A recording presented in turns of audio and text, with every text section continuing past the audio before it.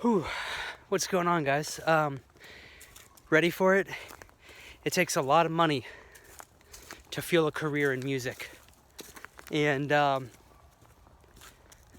so destroy the idea right now that you don't need a second or third job, and destroy the idea right now that you can sort of just, smoke it up and not really worry about it.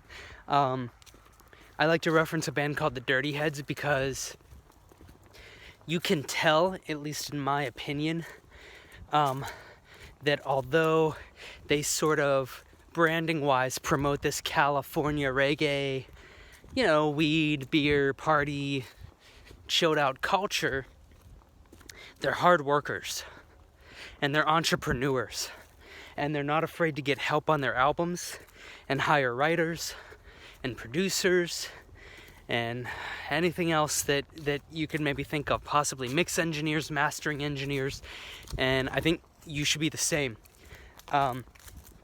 Even though this is kind of the beginning of this channel, some of you that and this isn't to sound mean, but like I wouldn't even, and I get that maybe the feeling's mutual towards me, but I wouldn't even invest $200 in you, let alone, what a record label could do, $1 million or $2 million or whatever it may be. If like, and this kind of goes back to other videos I've talked about, like, do you like your own music? Are you happy with the results that you produce? Would you listen to it? Are you quality-wise competing on a level of your idols? And if you're not, get there. You don't have to get to home plate with it, but get in the arena. You know what I mean? Get in the arena. And that may mean that you hire a ghost producer, or it may mean that you take mentoring lessons with me on how to produce and how to run your career. It may mean that you only produce, but you do not mix and master your own stuff, or that you hire a social media manager to do your social media. It's going to take money no matter what you do. Otherwise, just stop right now. Save yourself a lifetime of heartbreak and heart attacks and a drained bank account, and just, kind of sleep on it tonight and find out if you're really up for it or not. Because it takes a lot of money and a lot of trial and error, and not a lot of people are going to help you or care. Just because you're talented, like, I've just come to find, it just seems like that's really not enough. Even great talent isn't enough. There's more to it, and a lot of it is proof in the pudding of metrics of, like, running ads towards a demographic that tends to like music that you sound like. So, like, for me, a big kind of pull is, like, Carl Cox and Galantis. So I run ads towards them, and they tend to like my stuff. As I get more into kind of the tropical future-based stuff, I kind of try to go towards other people that are kind of on the lighter side of future bass and dubstep, and not the real heavy raunchy stuff. But you're going to have to spend money on ads, which I have an entire course about this called Building a Fan Base, and get people on social media platforms to check you out by repeated exposure of yourself to them. So back in the day, when I was in bands as a much younger guy, what I would do is the same thing, but it was a little bit more personal and in person to person. I would print out about 600 flyers at my local community college in Pittsburgh, and I'd go down to Oakland to a place called Club Laga, and I'd stand in the stairwell of Club Laga, and as the show for that night let out, I didn't even attend the show. I would go, I'd drive down to drive down in my car towards the end of the show, or when I thought the end of the show would be, and I'd stand there and wait with my drummer, my bass player. Sometimes it was even just me, and I would pass out as many flyers as I possibly could to people who went to the rock show, punk show, emo show that night. And some people were receptive, some people weren't. By the end of the night, you meet some people, they're hanging out, they're waiting for their mom and their dad to pick them up. Any flyers you see on the sidewalk or in the club, be nice, pick them up. That's also, flyers that you can reuse, and when money is tight, that's a good thing. And, you know, hopefully those people on that flyer look at your website, they go to the website, they check out your music, maybe they shoot you a message, and you start to build a relationship with them. It's really no different than that. It's just accepting the fact that you're going to have to run ads, because here's the thing. If you're already like 15 or 20, you know, you only have like 40, 50, maybe 60 years left, and you certainly don't want to be doing this stuff when you're nearing your elderly years, your golden years. So what I'm saying is basically DIY organic outreach, you're gonna run out of time. You're gonna run out of time.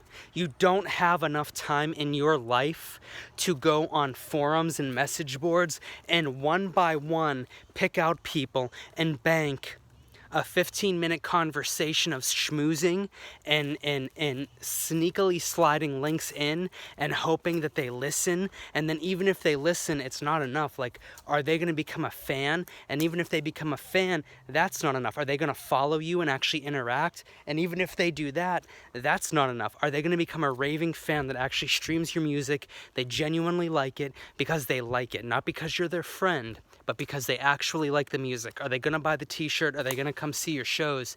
And that right there is the problem. You'll waste years of your life trying to build something organically, and you'll end up with a bunch of friends who really don't like your music all that much, possibly, or just kind of like mediocre on it, but they're friends or acquaintances. It's much better, you know, assuming that you have a goal of like trying to have a music career, of getting actual fans and not just fellow producer friends on board, because they're working towards their own stuff. So for me, it worked very well when I was younger with the whole flyer thing, because I would target young girls. And, you know, I was good at talking to girls. They thought I was cute, and I was able to get them into it. So even then, it was much better than trying to target other people in bands. Like, I remember that was one of the biggest mistakes so many bands made. They really targeted other bands. And while that's nice, and you have friends, and if you know, someone's amp blows up before they go on stage, they can borrow yours, and it's good to have friends and network. It definitely is.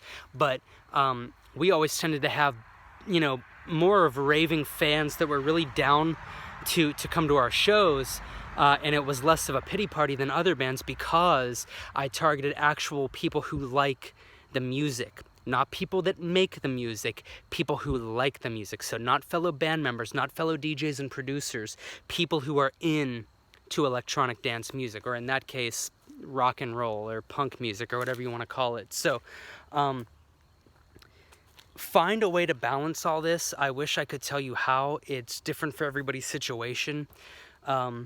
Sometimes I think going to school to get a high-paying job is the way to do it, and work really hard for 5 years with a very high-paying job, and then take that money, that savings, and dump it into a music career.